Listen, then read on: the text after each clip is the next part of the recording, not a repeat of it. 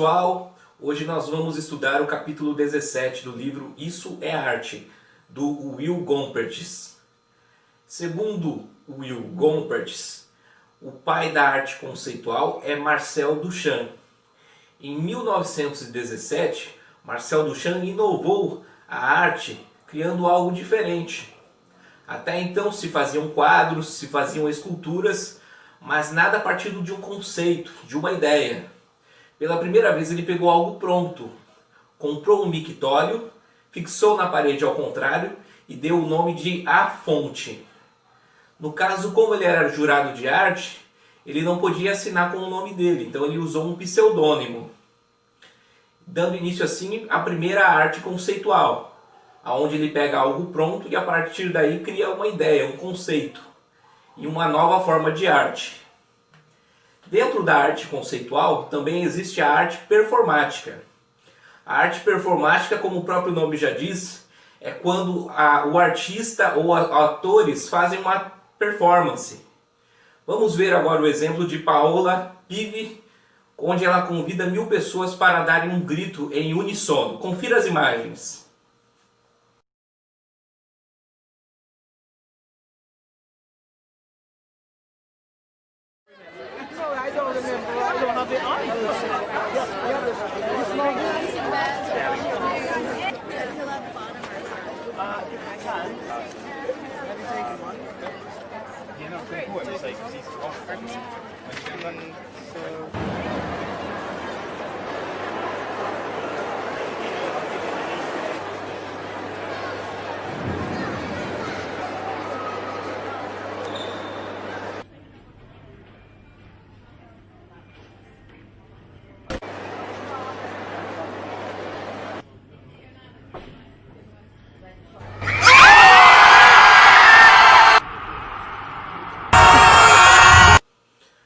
Conferiram as imagens? Isso é arte. Isso é arte conceitual. Isso é arte performática. Um outro exemplo de arte também, nós podemos pegar uma exposição que ocorreu em Nova York. Esse pessoal da arte conceitual, da arte performática, geralmente é um público menor, um público mais seleto. Mas em um museu de Nova York, Abramovic fez uma exposição, onde ela própria ficava exposta durante a exposição. Ela se sentava numa cadeira e na frente de uma mesa, e na outra cadeira se sentava as pessoas que visitavam o museu. Ela ficou assim durante 3 meses, sem se mexer, sem falar nada, sem comer, sem nem mesmo ir no banheiro. As filas da exposição chegavam a dobrar o quarteirão. Foi um dos maiores sucessos de Nova York. Arte performática, a gente também pode citar como exemplo a Lady Gaga. A Lady Gaga também faz uma performance e é um modelo moderno de arte performática. Capra tinha muitas inspirações, inclusive algumas em particular, como o pintor francês Yves Klein. Ele se interessava pelo vácuo, que seria os céus acima de nós e o mar abaixo, que em particular seria as cores monocromáticas do azul.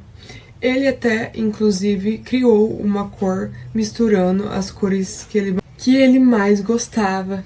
Klein fez parte também do novo movimento francês, o realismo. Ambição com os gêneros da arte conceitual da época também, ele queria ir além das pinturas de cavalete. Voltada sua atenção para a arte performática, ele contratou 3 modelos femininos para posar nua para ele. Então ele pediu para elas passarem tinta nos seus corpos e aí até numa parede que tinha um quadro em branco, e aí ele foi fazendo elas passarem o corpo que estava todo sujo de tinta e fazer as impressões desse corpo na tela. Esse tipo de arte significava a mensuração dos corpos humanos. Já o artista Luciano Fontana comprou um dos primeiros quadros de Klein e pegou um grande afeto pelas ideias e gostos do mesmo. Fontana aplicou uma lâmina de barbear às suas obras e elas ficaram vistas por muitos como uma obra que irritasse as pessoas. Inclusive, ele destruía várias das suas telas para muitos, mas na verdade ele chamava essas especialismo. O uso de Fontana de um mínimo de material para suas obras provocou uma nova geração de artistas italianos que pólvora a arte pobre. Pobre não de um jeito negativo, mas de uma forma que significasse que foi utilizado alguns materiais como gravetos, como trapos, jornais, que podemos ver muito presente na arte de Picasso e Pollock. A arte povera reagiu ao colapso econômico da Itália, inclusive logo após a Segunda Guerra Mundial, em que o país foi e caminhou economicamente muito bem. Em contraste com os futuristas, os italianos da arte moderna se interessavam mais em conectar o passado com o moderno e remover as barreiras entre diferentes gêneros artísticos, que inclusive foi uma grande área explorada pelo Robert Rauschenberg. Atualmente, se formos analisar os pensamentos dos italianos da arte moderna, em que era feita a mistura do moderno com o passado, seria classificado hoje como uma prática de mídia mista, e que os italianos acreditavam muito que um artista deveria ser capaz de se dimensionar para várias artes e transmitir entre elas da parte da pintura, passar para a escultura, aí para a colagem, performance, e que a arte deveria ser não uma instalação fundida, mas na verdade uma coisa bem mais ampliada que isso. Michelangelo foi membro fundador do movimento. Com a Esfera de Jornais, uma obra criada por ele, que seria vários jornais embolados formando uma grande bola, ele levou para dar um passeio pelas ruas de Turim, numa bizarra e divertida peça de arte performática intitulada Escultura Ambulante. No mesmo ano, fez uma escultura chamada Vênus dos Trapos, em que empilhou um monte de roupas de segunda mão enjeitadas em torno de uma escultura de Vênus. Sua intenção era reunir a beleza do passado e o desastre do presente. Kenneth Canoulis levou o programa anticapitalista de uso de materiais humildes ao extremo. Ele fazia arte com extratos de camas velhas, sacos de carvões, cabides de casaco, pedra, algodão, sacas de grãos e até animais vivos. Em 1969, apresentou sua instalação sem título, 12 cavalos, numa galeria em Roma. A obra de arte compreendia 12 cavalos vivos, bufando, relinchando, que o artista tinha amarrado às paredes da galeria, insistindo que fossem mantidos ali por vários dias. Canoulis estava reagindo contra a comercialização da arte ao produzir uma obra efêmera, invendável, e que sujaria as imaculadas paredes brancas do espaço da arte moderna, e que, ao seu ver, tinha a mesma aparência, atmosfera e finalidade de um showroom de automóveis. Joseph Beuys é um artista e ativista político alemão, visto por muitos como maluco, mas hoje mantém um status de deus da arte no meio da vanguarda atual. Ele é um dos artistas mais importantes que emergiram na metade do século XX. Beuys faz artes a partir de animais mortos, trapos imundos e ideias extravagantes. Ele produziu uma arte considerada como clássica em 1969 a partir de uma Kombi, que foi chamada de A Matilha. Na parte de trás da Kombi se prendiam 24 trenós e junto com ela um kit sobrevivência que continha um pedaço de gordura animal, uma lanterna e um rolo de filtro. Essa obra contém muitos símbolos o qual aflorariam todas as suas obras por longo de toda a sua carreira. Todos os elementos que ele utilizou nessa obra, a matilha, tem um motivo o qual se origina de uma história que ele contava com muita frequência sobre a sua experiência como piloto de combate na Segunda Guerra Mundial. Ele contava que o seu avião tinha caído na Crimeia e que só resistiu aos ferimentos porque foi salvo por um grupo de tártaros que esfregou em todo o seu corpo um pedaço de gordura e enrolou ele depois num filtro. Ele realmente sofreu esses ferimentos físicos na guerra, mas a ferida mais profunda foi a psicológica.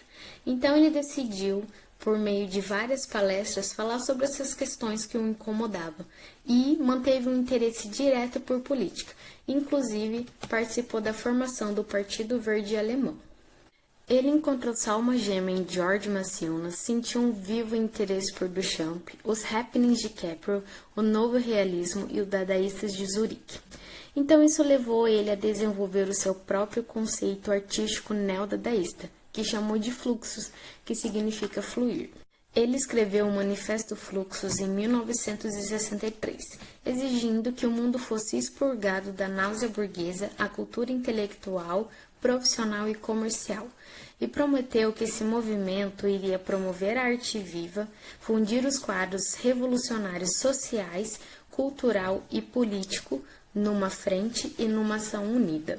Beuys era um homem que se sentia feliz em fundir qualquer coisa em nome da arte, então ele viu a possibilidade de alcançar os objetivos do Fluxus, fundindo-se ele mesmo com a obra. A arte performática havia estabelecido que um artista poderia ser o meio da sua obra. Então ele levou essa ideia adiante e decidiu se tornar parte de sua obra. Suas palestras, performances e debates excêntricos ficaram famosos entre críticos e pessoas do mundo artísticos por causa da sua energia, imaginação e caos. As ações performáticas que ele ficou mais conhecido é a de 1965, chamada Como Explicar Pinturas a uma Lebre Morta, e a de 1974, da Eu Gosto da América e a América Gosta de Mim. Para ele, a arte em sua performance era um empreendimento conjunto. E essa foi uma ideia que Yoko Ono, uma outra artista Fluxus, expressou em uma das suas primeiras peças de arte performática, chamada Cut Pulse, de 1964. Assistir às filmagens hoje daquele evento na internet é como testemunhar a violação de um ataque sexual. Mas, se a arte existe para despertar nosso sentido e nos desafiar, a gente pode considerar que Cut Pulse é uma... Mesmo artistas conceituais que não trabalham diante de uma plateia usam performance e seus corpos como meio de transmitir a sua mensagem. E artistas como Bruce Nauman fizeram sua carreira documentando suas próprias performances, que mais tarde foram expostas em galerias e museus por meio de fotografia e até vídeos. Essa foi a abordagem à arte conceitual escolhida por Nauman assim que chegou em casa em 1966 com seu diploma de mestre em Belas Artes.